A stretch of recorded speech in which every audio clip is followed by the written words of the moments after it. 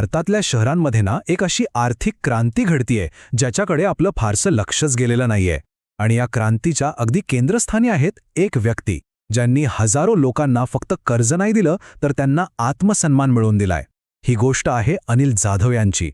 एक विचार करा, भारतातील मायक्रो फायनान्स म्हटलं की आपल्या डोळ्यासमोर काय उभं राहतं? बरोबर ना. बहुतेक करून एखादं खेडगाव, शेतीवाडी, नाहीतर मग महिलांचा एखादा बचत गट. म्हणजे मायक्रो फायनान्सची ओळखच जणू काही ग्रामीण भागाशी जोडली गेली आहे. पण शहरांच्या ह्या गजबजाटात एक वेगळीच गोष्ट घडत होती ज्याच्याकडे खरं तर अनेकांचं दुर्लक्ष झालं. ही गोष्ट आहे शहरातल्या त्या फेरीवाल्यांची, घरकाम करणाऱ्यांची, छोट्या छोट्या दुकानदारांची ज्यांच्या आर्थिक गरजा मोठ्या बँकांना कधी दिसल्याच नाहीत. आणि हीच दुर्लक्षित राहिलेली गोष्ट आज आपण पाहणार आहोत. तर या बदलाची सुरुवात होते एका व्यक्तीपासून, ज्यांनी आपलं अख्खं आयुष्य सहकारी चळवळीत घालवलं. आणि याच अनुभवातून त्यांना एक अशी गोष्ट दिसली, एक अशी संधी दिसली जी इतरांना दिसलीच नाही. हे आहेत अनिल जाधव. त्यांनी फक्त शहरातल्या गरिबांच्या आर्थिक गरजा ओळखल्या नाहीत, तर त्या पूर्ण कशा करायच्या यासाठी एक जबरदस्त मॉडेल तयार केलं. त्यांचा प्रवास बघितला ना की एक गोष्ट लगेच लक्षात येते, हे यश एका रात्रीतलं नाहीये.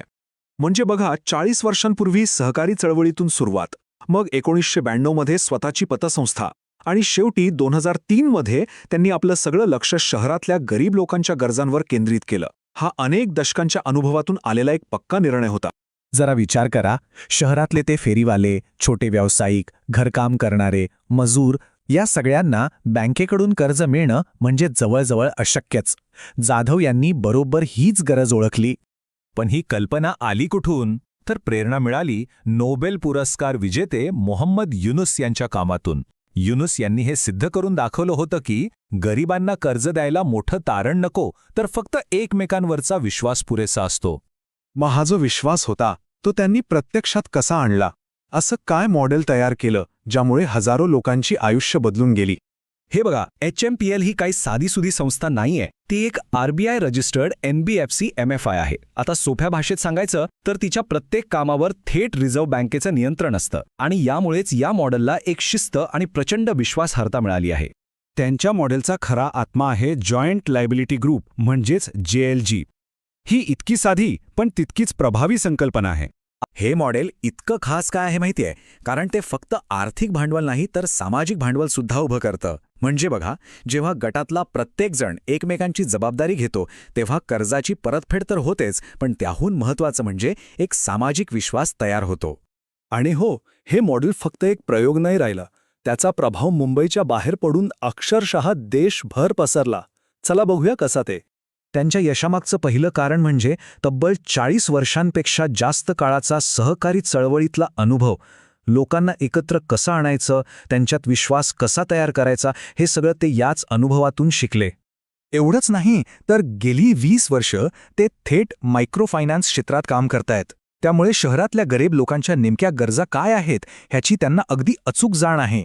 एका शहरातून सुरू झालेलं काम आज महाराष्ट्र, गुजरात सकट तब्बल 7 राज्यांमध्ये पोचलंय.